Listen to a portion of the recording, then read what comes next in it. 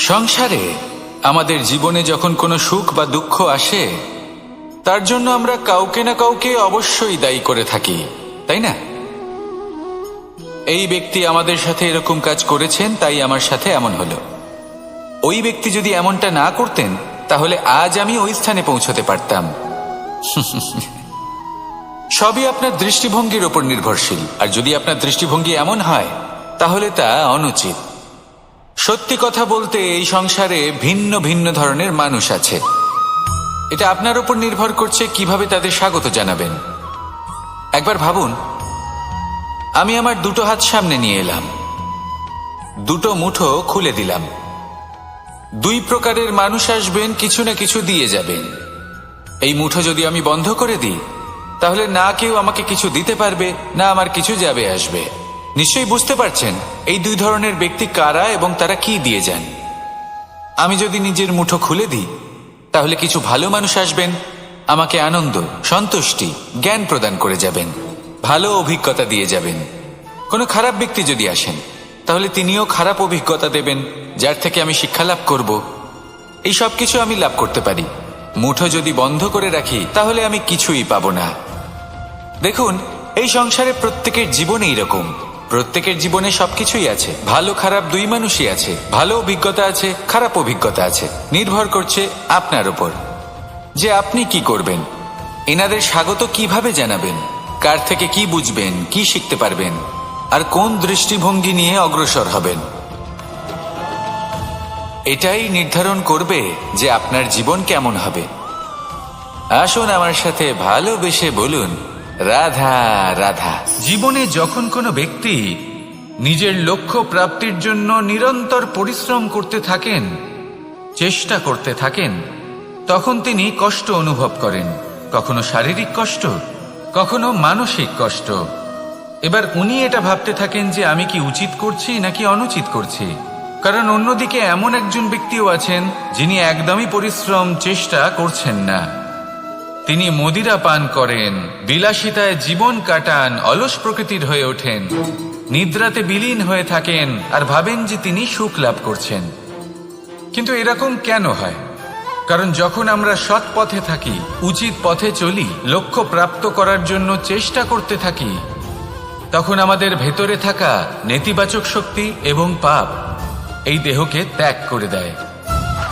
আর এই অনুভূতিটাই আমাদের দুঃখের অনুভূতি দেয়, কষ্ট দেয়।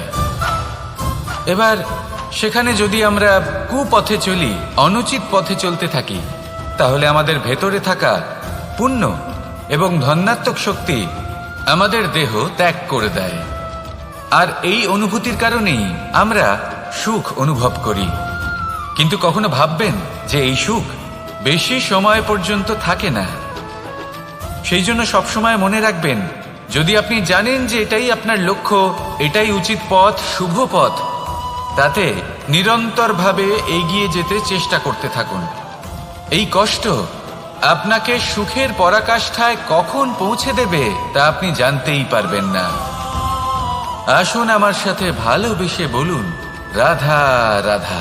প্রত্যেক মানুষ নিজের জীবনে হীরক তথা হীরে এবং দর্পণ এই দুই দেখেছেন। এই দুই হলো সাদা এবং এরা দুজনেই আলোর প্রতিফলন ঘটায় এবং এরা দুজনেই উজ্জ্বল হয়ে ওঠে। আপনি হয়তো মনে মনে ভাবছেন যে এটা কি ধরনের তুলনা করছি। একটা হীরে তো রত্ন, তার মূল্য দর্পণের থেকে অনেক গুণ বেশি। কিন্তু হীরে থাকাতে দর্পণের মূল্য কিন্তু কোনো অংশে কমে যায় না, তাই না? মানুষ যখন হীরে নিজের হাতে নেয়, তখন সবার আগে কি খোঁজে? দর্পণ, যাতে তার মধ্যে দিয়ে দেখে সে বুঝতে পারে যে সেই হীরে আদৌ তার শোভাবর্ধন করছে কিনা, তাকে ভালো দেখাচ্ছে কিনা, প্রসাধনের জন্য সেটা ব্যবহার করা ঠিক হবে কিনা। অর্থাৎ হীরের উপস্থিতিতে দর্পণের গুরুত্ব কম হলো না। দর্পণের কারণে হীরের মূল্য বোঝা গেল। আমাদের জীবনেও ঠিক এরকমই ঘটে। আপনারা যদি সংসারে নিজের আশেপাশে দেখেন, এমন অনেক মানুষ দেখতে পাবেন যারা নিজেদের ক্ষেত্রে মহান স্থানে পৌঁছেছেন, নিপুণ এবং শ্রেষ্ঠ হয়েছেন। আর তাদের মধ্যে আপনার নিজের মনে হয় যেন আপনি হলেন দর্পণ। নিজেকে ছোট মনে করবেন না। আপনার মূল্য কম হচ্ছে না, আপনার নিজস্ব মূল্য আছে। আর যদি আপনার অস্তিত্ব না থাকে তাহলে ওনাদের অস্তিত্বের মূল্য সংসার বুঝতেই পারবে না। জীবনে সবসময় চেষ্টা করবেন যাতে আপনি আরো বেশি শ্রেষ্ঠ হয়ে উঠতে পারেন। আপনি নিজে যে স্থানে আছেন সেটাকে ছোট মনে করবেন না, তারও নিজস্ব একটা মূল্য আছে। যদি আপনি হিরে হয়ে থাকেন তাহলে অহংকার করবেন না, যদি আপনি দর্পণ হয়ে থাকেন তাহলে নিজেকে ছোট মনে করবেন না। আসুন আর আমার সাথে ভালোবেসে বলুন, রাধা রাধা। মানুষ জন্মগ্রহণ করে, তার সাথে ভয়েরও জন্ম হয়। ছোটবেলা থেকেই আমাদের মনে কোনো না কোনো প্রকারের ভয় থেকেই যায়। কেউ এই বিষয়ে ভয় পায় যে তার কোনো বস্তু তার থেকে দূরে চলে যাবে, কেউ এই বিষয়ে ভয় পায় যে আমি নিজেকে হারিয়ে ফেলব, কেউ এই ভেবে ভয় পায় যে আমার প্রিয়জনেরা তারা যেন আমার থেকে দূরে না চলে যায়, কেউ এই ভেবে ভয় পায় যে আমরা যেন পথ না হারিয়ে ফেলি, আদি ইত্যাদি। কিন্তু সত্যি কথা বলতে ভেবে দেখুন, এই ভয় বাস্তবে কি? শুধুই একটা মনস্থিতি, আর কিছুই নয়। যা কিছু আপনি জীবনে পেয়েছেন তা একদিন আপনাকে হারাতে হবে। এই জীবন হলো আপনারই, কিন্তু তাও একদিন সমাপ্ত হবে। তাই ভয় পেয়ে কি লাভ? এই ভয় শুধু আপনাকে জীবন যাপন করা থেকে বাধা দিচ্ছে, আর কিচ্ছু নয়। পথ হারিয়ে ফেললেই বুঝতে পারবেন যে নতুন পথ কিভাবে বানাতে হয়। কিছু মানুষকে জীবন থেকে হারালে তবেই আপনি বুঝবেন যে আপনার আপনজনকে। এই ভয়ের কারণে ভীত হয়ে থাকবেন না। এই তারা নক্ষত্র অন্ধকারের অভাবে গুরুত্ব হারায়। শিবকেও মহাদেব হবার জন্য বিষ পান করতে হয়েছিল। প্রত্যেক পরিস্থিতি, প্রত্যেক সাফল্য আপনার পরীক্ষা নেবে, তাতে উত্তীর্ণ হওয়া হলো আপনার কর্ম। যখনই আপনি ভয় পাবেন বা সংকটের সম্মুখীন হবেন, তখন সাহসের সাথে তার সম্মুখীন হন। মনে রাখবেন, যে সম্মুখীন হতে জানে সাফল্য তার সাথে সবসময় থাকে। আসুন আর আমার সাথে ভালোবেসে বলুন, রাধা রাধা। এই সংসারে সব থেকে বেশি কোমল বস্তু হলো রেশম। এই রেশম এতটাই কোমল হয় যে এর পুরো একটা থান শুধুমাত্র একটা হাতে ধরা সম্ভব। কখনো ভেবে দেখেছেন এই রেশম কিভাবে হয়? একটি কীট তার লালার দ্বারা উৎপন্ন হয়। এই কীট সেই রেশমকে পাক দিতে থাকে, পাক দিতেই থাকে, দিতেই থাকে, আর আস্তে আস্তে তার মধ্যেই জড়িয়ে পড়ে। শেষে ওর এই সুন্দর অমূল্য সৃষ্টি রেশমের এই সুতো, তার নির্মাণ কার্য পূর্ণ হয়। কিন্তু তাতেই ও নিজে বন্দী হয়ে যায়। নিজেরই মায়াজালের এই বন্দী গৃহে নিজেই ফেঁসে যায়। এবার এই সুতোকে ব্যবহারযোগ্য করে তোলার জন্য এই কীটগুলিকে এই কবচের সাথেই ফুটন্ত জলে ফেলে দেওয়া হয়। এই সংসারে যদি আমাদের স্বপ্ন এই সংসারের দুঃখ হরণ করার জন্য, এই সংসারে সুখ বিতরণ করার জন্য হয়, তবেই আমাদের প্রগতি সম্ভব। যদি আমাদের এই স্বপ্ন শুধুই আমাদের এবং আমাদের স্বার্থ সিদ্ধির জন্য হয়, তাহলে এই স্বপ্ন আমাদের অন্ধ করে দেবে, আমাদের অন্ধকারের পথে নিয়ে যাবে, আর আমরাও সেই কীটের মতো হয়ে যাব। নিজেদেরই মায়াজালে আমরা নিজেই ফেঁসে যাব, আর শেষে আমরা যদি কিছু লাভ করি তা হবে একাকিত্ব, অন্ধকারময় মৃত্যু। তাই স্বপ্ন অবশ্যই দেখুন, কিন্তু এমনভাবে স্বপ্ন দেখবেন না যে তার এই বন্দিগৃহে আপনি নিজেই ফেঁসে গেলেন। স্বপ্ন দেখুন পরোপকারের, পরমার্থের, সবাইকে উদ্ধারের, অন্ধকারের নয়। তবেই কল্যাণ হবে, আর তবেই হৃদয় প্রসন্ন হয়ে বলবে, রাধা রাধা। মানুষ যখন এই সংসারে প্রবেশ করে, অর্থাৎ জন্মগ্রহণ করে, তখন নিশ্চিন্তে থাকে, আনন্দে থাকে। কিন্তু যেইমাত্র তার মধ্যে বোধশক্তি আসে, তখন সে চিন্তা করতে শুরু করে। চিন্তা ভবিষ্যতের, সেই সমস্ত বিষয় নিয়ে চিন্তা করে যা ওর হাতে নেই। তারপর বড় হয়, বিবাহ সম্পন্ন হয়, গৃহস্থ জীবন যাপন করে, তারপর আবার চিন্তায় মগ্ন হয়ে যায়। ভাবে, এই যে আমার পরিবার, আমি কি ঠিকমতো তার খেয়াল রাখতে পারছি? কাল যখন আমি এই সংসার থেকে চলে যাব, তখন আমার এই পরিবারের দেখাশোনা কে করবে? শেষ পর্যন্ত এই পরিবার তো আমারই উত্তরদায়িত্ব।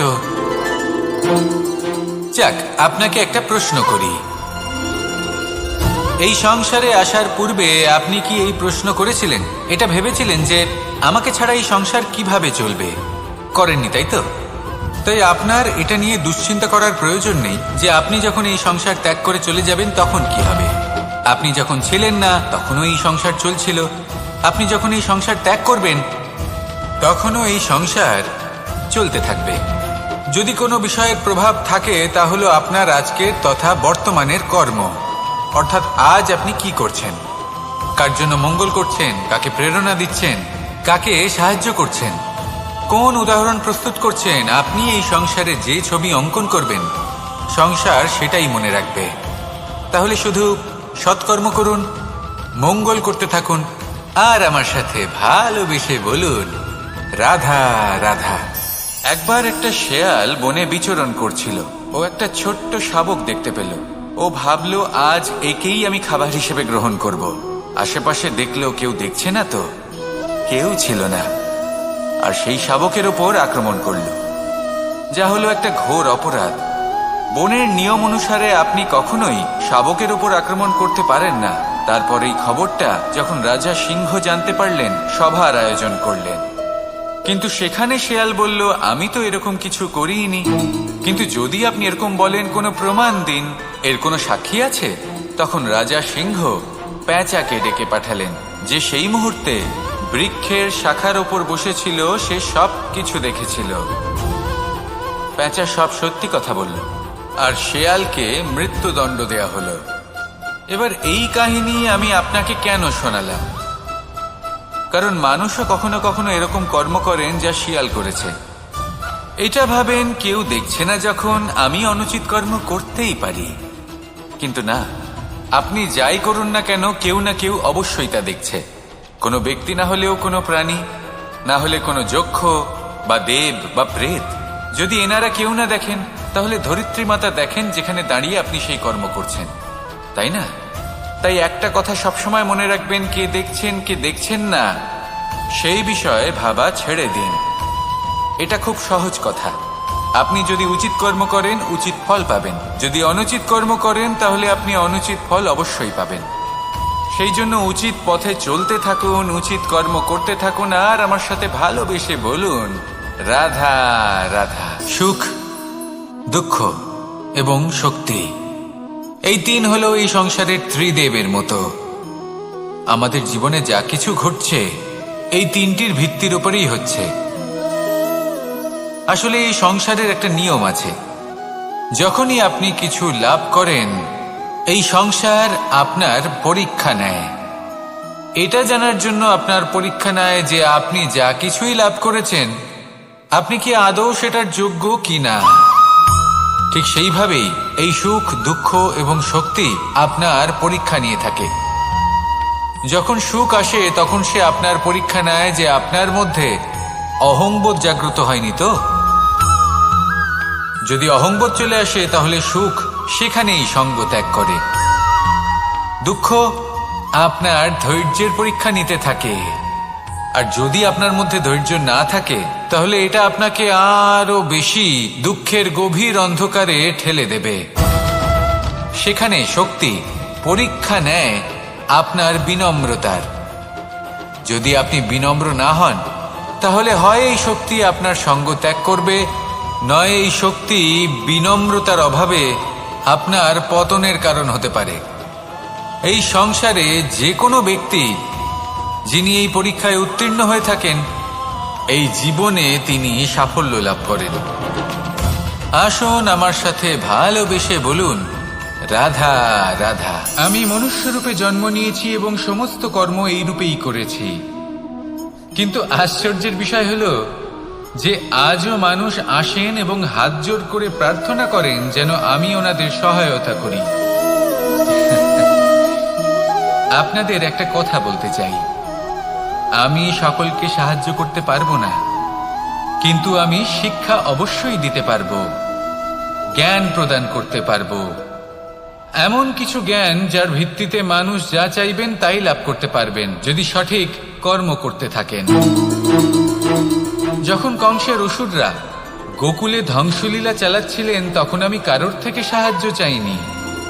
আমি দাঁড়িয়েছিলাম এবং আপনার যা যা স্বপ্ন আছে, যা লক্ষ্য আছে, আপনি অবশ্যই লাভ করবেন। আর এই মন সুপ্রসন্ন হয়ে বলবে, রাধা রাধা। ভোজন এই সংসারে যেই হোক না কেন, কোনো মানুষ হোক, কোনো প্রাণী হোক, কোনো কীট হোক বা কোনো বনস্পতি হোক, প্রত্যেকের জন্য ভোজন অতি আবশ্যক। কারণ ভোজন থেকেই শক্তি পাওয়া যায়, আর সেই শক্তি দিয়েই সংসারের, আমাদের জীবনের সমস্ত কার্য করা যায়। এবার এমন এক ধরনের শক্তি হয় যা শীতের ঋতুতে সূর্য থেকে আমরা পেয়ে থাকি, আর আরেক ধরনের উত্তাপ হয় যা দিয়ে ভোজন রান্না করা হয়, সুস্বাদু নানান ধরনের ভোজন। এবার অত্যন্ত গুরুত্বপূর্ণ হলো যে ব্যক্তি সেই ভোজন বানাচ্ছেন তার মানসিক পরিস্থিতি, এবং সেই ব্যক্তি যিনি ভোজন গ্রহণ করছেন তার মানসিক অবস্থা। যখনই আপনি ভোজন বানাচ্ছেন তখন ভালোবাসার সাথে কাজটা করুন, ধন্যাত্মক ভাব নিয়ে, সৎ ভাবনার সাথে। কারণ আপনার এই মানসিক স্থিতি শক্তির আকারে সেই খাদ্যের সাথে মিলেমিশে যায়। আর যখনই আপনি ভোজন গ্রহণ করছেন তখন সদ্ভাবনার সাথে, প্রসন্নতার সাথে গ্রহণ করুন, ধন্যাত্মক ভাব নিয়ে। যদি আপনি প্রসন্নতার সাথে রান্না করেন, প্রসন্নতার সাথে খাদ্য গ্রহণ করেন, তাহলে আপনি প্রসন্নই থাকবেন। আর মন সুপ্রসন্ন হয়েই বলবে, রাধা রাধা। দীপাবলি আমাদের সবথেকে বড় উৎসব। শ্রীরাম রাবণকে পরাস্ত করে 14 বছরের বনবাস কাটিয়ে আবার অযোধ্যায় ফিরে এলেন অমাবস্যার রাত্রে। অযোধ্যায় সবাই খুব প্রসন্ন ছিলেন, খুবই উৎসাহিত ছিলেন। অযোধ্যায় সহস্র প্রদীপ প্রজ্বলিত করা হয়েছিল এই উৎসবে। একে আমরা দীপাবলি বলে থাকি। এবার এই বিষয়ে আমরা সকলে জানি। আপনি কি এটা জানেন যে শ্রীরাম বাস্তবে অমাবস্যার এক রাত আগেই অযোধ্যায় পৌঁছে গেছিলেন? সবার সামনে অমাবস্যার রাতে এসেছিলেন। এর কারণ কি? শ্রীরাম প্রমাণ করতে চেয়েছিলেন যে যে কোনো সময়, দিন হোক বা রাত, শুভ বা অশুভ হয় না। শুভ অশুভ কিছু থাকলে তা হলো মানুষের চিন্তা, তার ভাবনা, তার নির্বাচন আর তার কর্ম। নিজেই দেখে নিন, শ্রীরাম শুভ কাজ করে ফিরেছিলেন এবং অমাবস্যার মতো গভীর এক রাত্রিকেও দীপাবলিতে পরিবর্তিত করেছিলেন। এমনটাই যদি আমরা করতে পারি, তাহলে এমন কোন গৃহে যান যেখানে অসহায় ব্যক্তি রয়েছেন, যা অন্ধকারাচ্ছন্ন, আর সেখানে প্রকাশ প্রজ্বলিত করুন। প্রকাশ সহায়তার, প্রেরণার, আশার। যদি এমন কিছু আমরা করতে পারি তাহলে তাকে প্রকৃত অর্থে দীপাবলি বলা যেতে পারে। তাহলে নিজের পরিবারের সাথে দীপাবলি পালন করুন। আপনাদের শুভেচ্ছা জানাই। আসুন আর আমার সাথে ভালোবেসে বলুন, রাধা রাধা। এই শুকনো পাতাটিকে দেখুন, নিষ্প্রাণ হয়ে পড়েছে। কোনো একটা সময় এই পাতাটি একটা গাছের ডালে ছিল। সেই গাছ ওর লালন পালন করত। যখন যখন বাতাস বইত, এই পাতায় কম্পন দেখা দিত, মনকে প্রফুল্ল করে তুলত। কোনো একদিন এই পাতা গাছের ডাল থেকে ঝরে পড়ে গেল। নিঃসন্দেহে ও নিজের স্বাধীনতা পেল, কিন্তু আস্তে আস্তে শুকিয়ে গেল, নিষ্প্রাণ হয়ে গেল। দেখুন, আমি এই কথা বলছি না যে স্বাধীনতা অনুচিত, কখনোই না। কিন্তু যে কোনো পরিস্থিতিতে স্বাধীন হতে চাওয়া, এটা নিশ্চিতরূপে অনুচিত। আমরা যদি আমাদের জীবনে পরিবারের গুরুত্ব ভেবে দেখি, তাহলে এই পরিবারে যতই মতভেদ থাকুক না কেন, যতই মনোমালিন্য থাকুক না কেন, যতই বিবাদ থাকুক না কেন, এই সব মিটিয়ে নেওয়া অত্যন্ত প্রয়োজনীয়। সেই সবকিছু সমাপ্ত করা অত্যন্ত প্রয়োজনীয়। কখনো এই পরিবারকে ভাঙতে দেবেন না, কখনো এই পরিবার থেকে দূরে চলে যাবেন না। এই পরিবার হলো আমাদের জীবনের একটা অমূল্য সম্পদ, অমূল্য এক আশ্রয়, যা এই সংসারে হয়তো কোথাও আপনি পাবেন না। তাই একে আগলে রাখুন। ভেবে নিন, আপনি পাতা আর আপনার পরিবার সেই গাছ